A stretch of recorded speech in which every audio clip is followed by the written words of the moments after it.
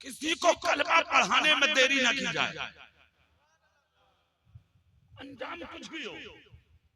दूसरा, इस्लाम के लिए अगर जरूरत हो और कोई बुलाए तो जान की परवाह किए बगैर वहां पहुंचा जाए। दो चीजें हैं। और वो यूं कि अगर किसी ने कलमा पढ़ने के लिए बोला, तुमने अगर जाने में देर की के हालात अच्छे नहीं, और अगर उसकी कुफ्र पर मौत हो गई तो उसके जिम्मेदार आप हैं।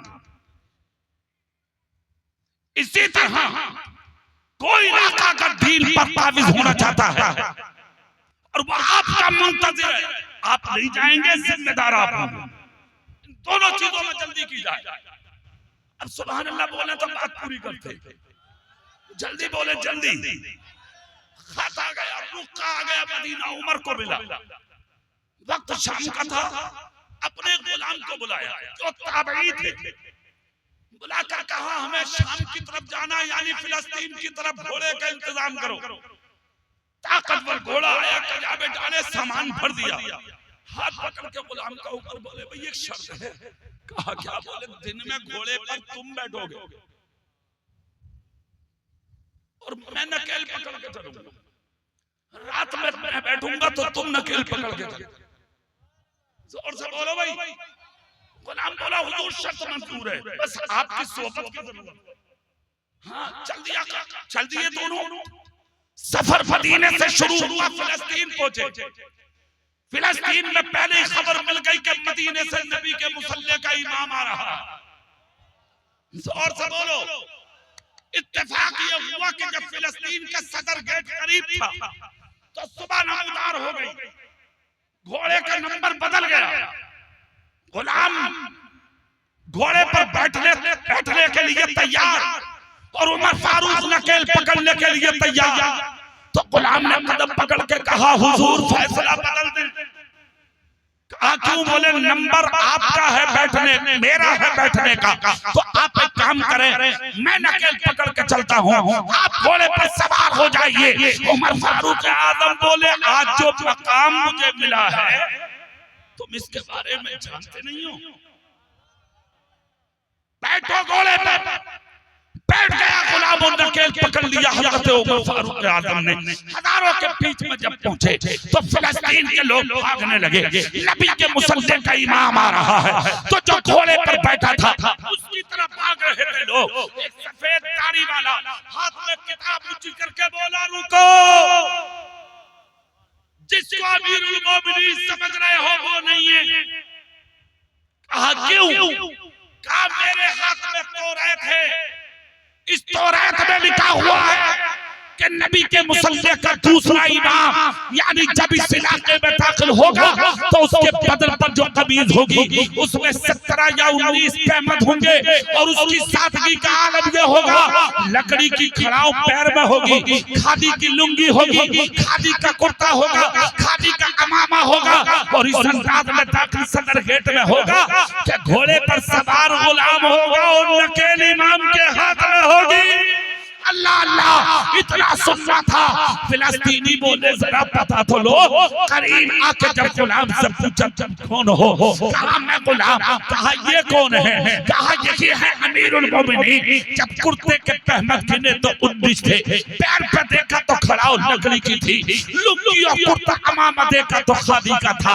लोग किताब खोल के देखे तो उसमें लिखा था उसका नाम उमर बिन खत्ताब होगा।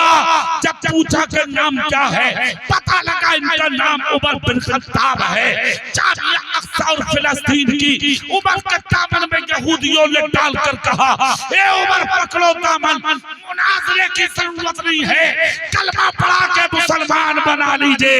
इसलिए कि जब आपकी सादगी ऐसी है तो फिर आपके नबी की जिंदगी कैसी हो। अल्लाह अल्लाह कलमा की आवाज आने लगी। फिलिस्तीन में ईमान दाखिल हुआ। सदर गेट में उमर बोले 3 दिन मस्जिद अक्सा में तन्हा बैठूंगा। कितने दिन? जोर से बोलो जल्दी। बैठ गए सारी पब्लिक एक तरह, ये तन्हा बैठे। हुजूर गौसे आजम कहते हैं बहुत अच्छा ये जुमला है, उलमा इस पर खास तवज्जो रखें। हुजूर गौसे आजम ने फरमाया सर की वो बीमारी जिस पर डॉक्टर कोई इलाज ना कर सके, सर की जिसका कहीं इलाज ना हो, 3 दिन तक मस्जिद में तन्हाई में बैठ जाओ। जोर से बोलो, हुजूर गौसे आजम कहते 3 दिन तन्हा बैठ जाओ, 3 दिन दुनिया को छोड़ दो, अल्लाह के हो जाओ, मस्जिद में बैठ जाओ। मस्जिद से 3 दिन के बाद जब निकलोगे, अल्लाह तुम्हारे सर की बीमारी को दूर बेनियाद हो गए। अब सुनिए, 3 दिन बैठे अरसा में, कितने दिन?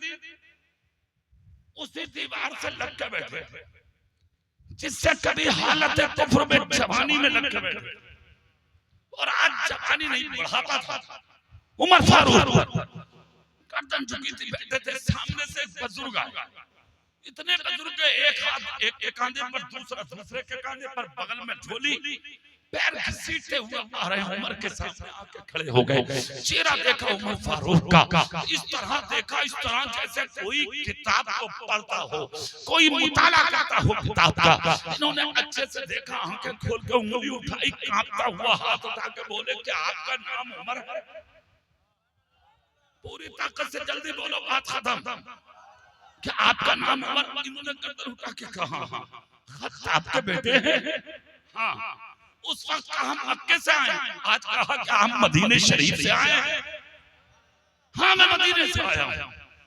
4 कदम आगे बढ़ के कहा कि नबी के मुसल्ले के इस वक्त इमाम आप ही खड़े हो गए। मैं ही हूँ। मतलब क्या आपका? आगे बढ़ के कहा, मतलब बाद में बताऊंगा, पहले कलमा पढ़ा के सीने से पढ़ा दिया, पढ़ लिया कलमा। जब कलमा पढ़ा तो उस शख्स ने किताब, वही दस्तावेज निकाला, कहा लो उमर जरा पढ़ लो। उमर तो बात बहुत माने की हो गई थी, हालत कुफ्र में थे, जवानी की मंजिल पे जा रहे थे, और आज बुढ़ापा।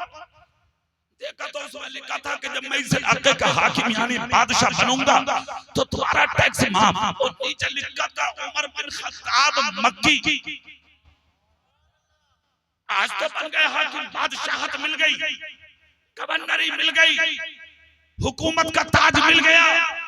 जब ये बात हो, उमर ने चेहरा देखकर कहा ये क्या है? उस शख्स ने कहा उमर याद करो, हालत कुफ्र में फिलिस्तीन में आए थे, काफिले से पिछड़ गए थे, किसी ने दावत खिलाई थी? कहा हाँ। कहा किसी ने कोई शर्त रखी थी? बोले हाँ।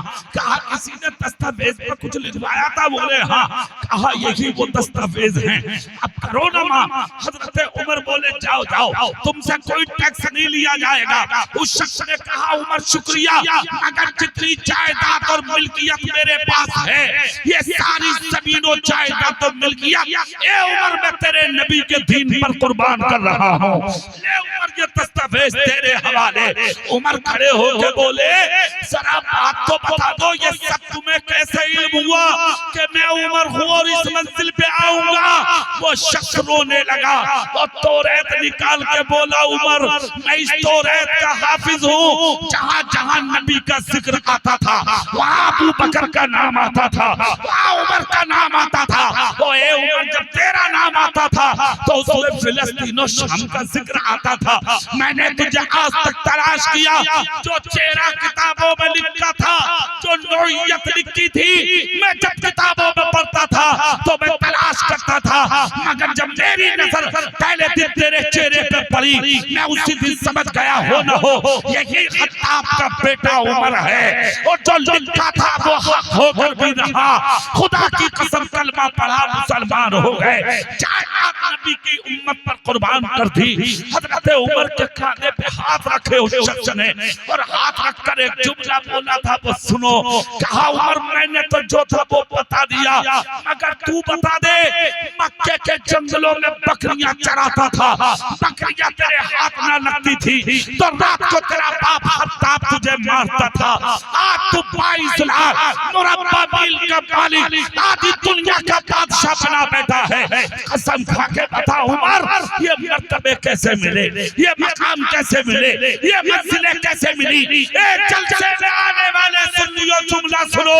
इतना तक कहा तो उमर की चीख निकल गई, उसका सर कांधे पर रख के बोले ये मर्तबा मेरे की वजह से नहीं मिला, बल्कि ये मर्तबा मुझे रसूल पाक की वजह से मिला है। मैं इश्क करता गया, हुकूमतें मिलती रही, मैं प्यार करता रहा, इज्जतें मिलती रही, मैं नबी की अदाओं पर चलता रहा, मकामात मिलते रहे। एक जलसे में आने वाले सुनियो, अगर चाहते हो तुम्हारी गई हुई इज्जत तुम्हें दोबारा नसीब हो जाए तो मुस्तफा की सीरत की चादर ओढ़ लो, तरीके मुस्तफा अपना लो, अपने नबी की मोहब्बत की माला अपने गले में डालो, उलमा की इज्जत करो, बाप की कदर करो, माँ से मोहब्बत करो, पड़ोसियों से प्यार करो, मदरसों का दीनी ख्याल रखो और दीन और इस्लाम के लिए आगे रहो और छोटों बड़ों का ख्याल अपने सहनो दिमाग में रखो। कुछ भी हो, किसी भी हाल में हो, जंगल में हो, दुकान मकान में कहीं भी हो, अजान हो जाए तो नमाज का ख्याल रखो। अल्लाह तुम्हें कभी जलील नहीं होने देगा। अगर जिल्लत की मंजिल पर भी हो, सजदा करोगे, अल्लाह इज्जतों के ताज अता फरमा देगा इंशाअल्लाह। अल्लाह आपका जलसा कबूल फरमाए। काफी लंबी तकरीर मैंने भी कर ली, कोई जुमला दिल पर लगा हो, अल्लाह मुझे भी अमल की तौफीक बख्शे, आपको भी अमल की तौफीक बख्शे। खता हुई हो अपने हबीब के सदक़े माफ फरमाए, आमीन। आखिर दावाना अल्हम्दुलिल्लाहि रब्बिल आलमीन। अस्सलामु अलैकुम।